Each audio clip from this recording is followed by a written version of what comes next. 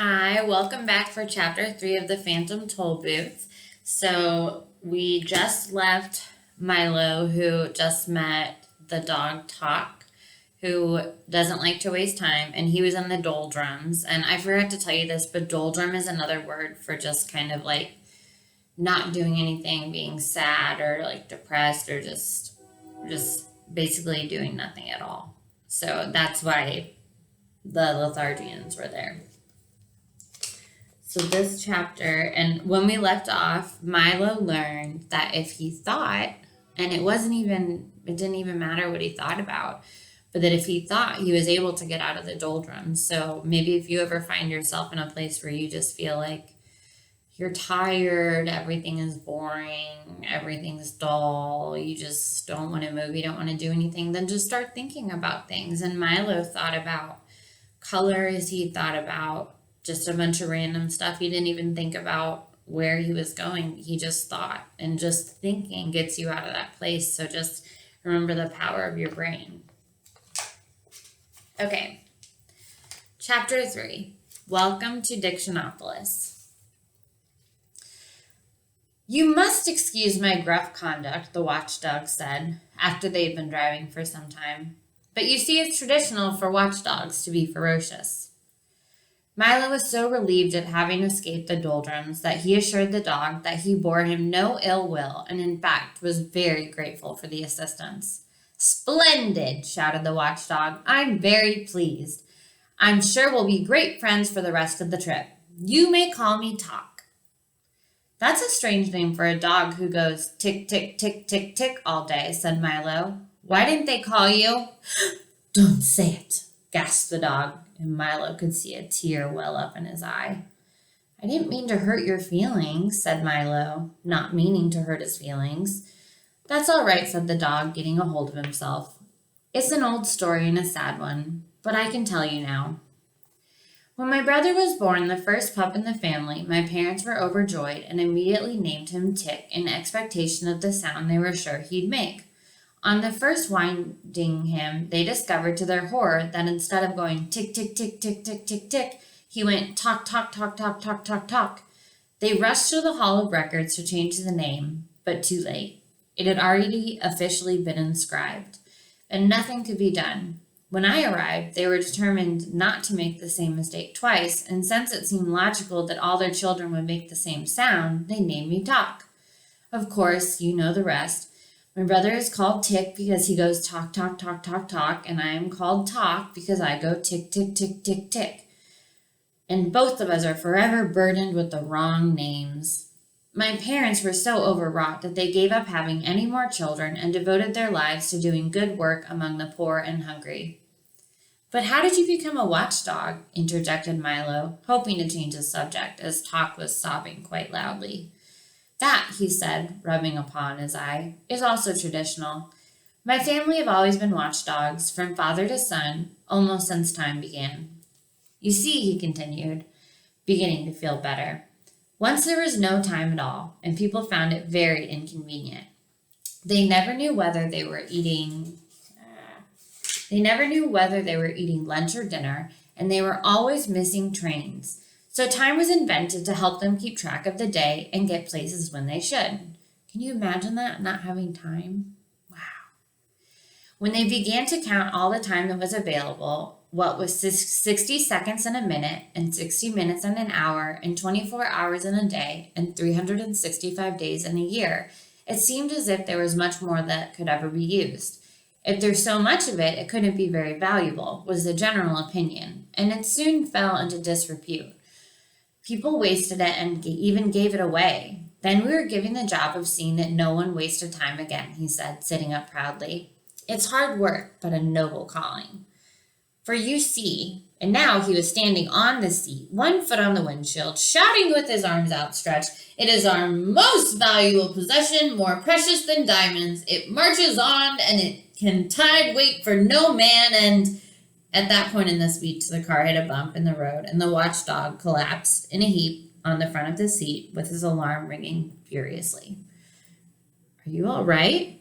Shouted Milo. Ugh, grunted Talk. Sorry to get carried away, but I think you get the point. As they drove along, Tok continued to explain the importance of time, quoting the old philosophers and poets and illustrating each point with gestures that brought him perilously close to tumbling headlong from the speeding automobile. Before long, they saw in the distance the towers and the flags of Dictionopolis sparkling in the sunshine. So, that's Dictionopolis. And if you look down there, that's where they are in their little car. And in a few moments, they reached the Great Wall and stood at the gateway to the city. Ahem! Roared the gate man, clearing his throat and snapping smartly to attention. And that's the gate man, and that's Tok and Milo talking to him.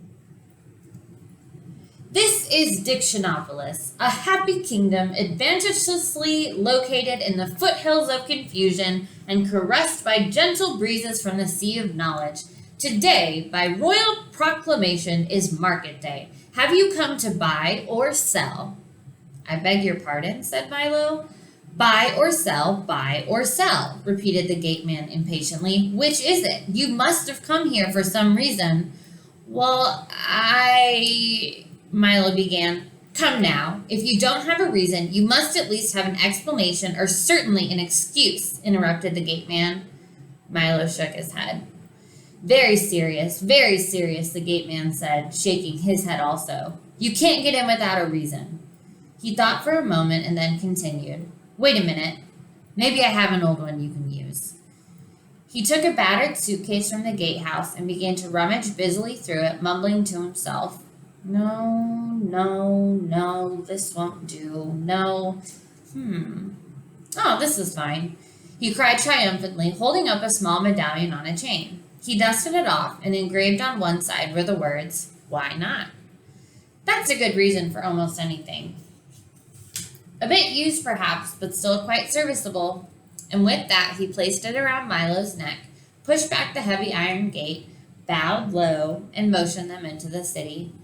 I wonder what the market will be like, thought Milo, as they drove through the gate. But before there was time for an answer, they had driven into an immense square crowded with long lines of stalls heaped with merchandise and decorated in gay-colored bunting. Overhead, a large banner proclaimed, "Welcome to the World Market." And from across the square, 5 very tall, thin gentlemen, regally dressed in silks and saints, plumed hats, and buckled shoes, rushed up to the car, stopped short, mopped 5 brows, caught 5 breaths, unrolled 5 parchments, and began talking in turn. So these are the guys that they're talking about. You can tell they're all dressed very nicely. Greetings, salutations, welcome, good afternoon, hello.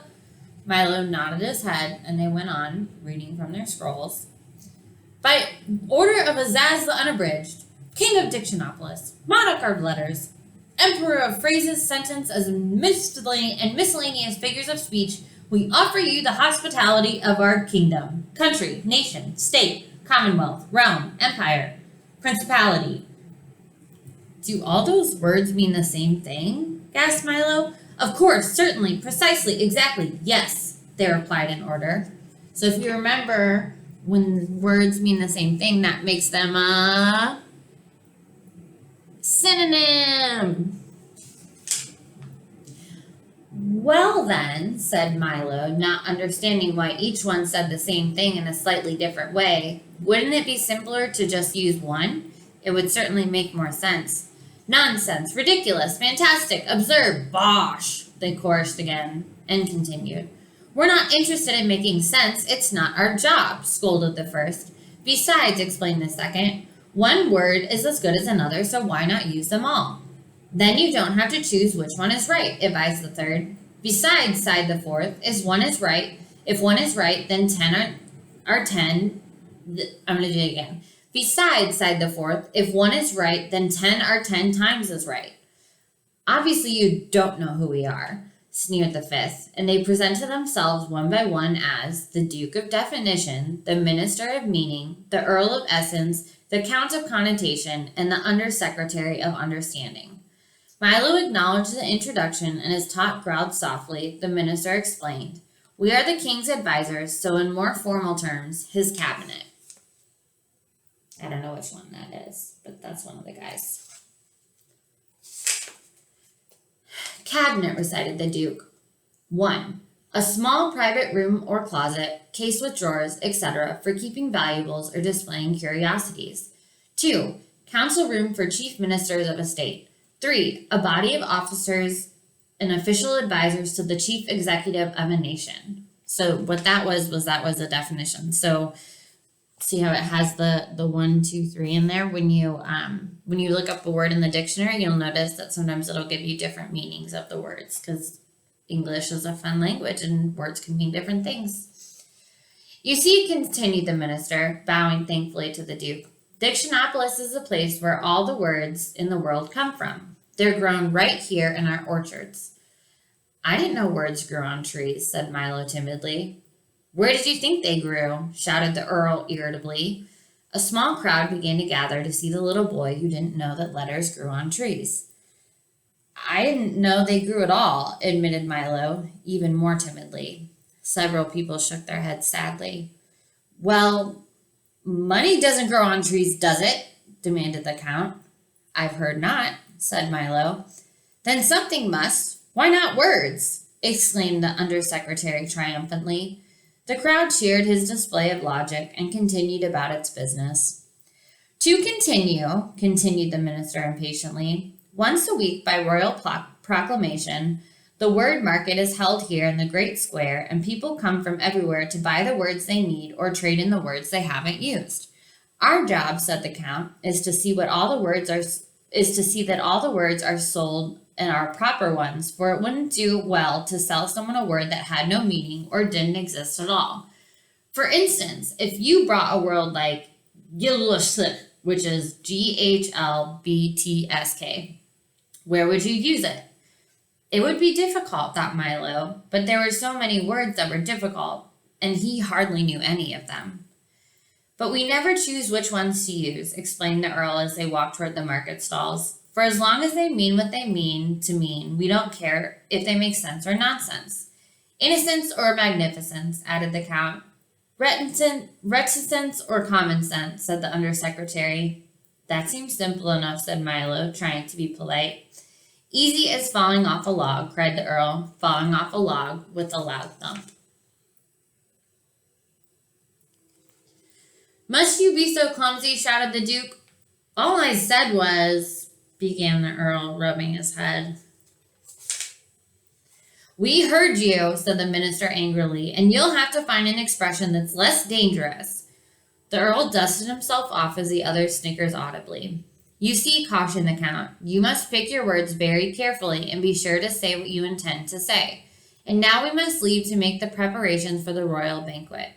You'll be there, of course, said the minister. But before Milo had a chance to say anything, they were rushing off across the square as fast as they had come. Enjoy yourself in the market, shouted back the undersecretary. Market, recited the Duke, an open space or covered building in which... And that was the last Milo heard as they disappeared into the crowd. I never knew words could be so confusing, Milo said to Talk as he bent down to scratch the dog's ear.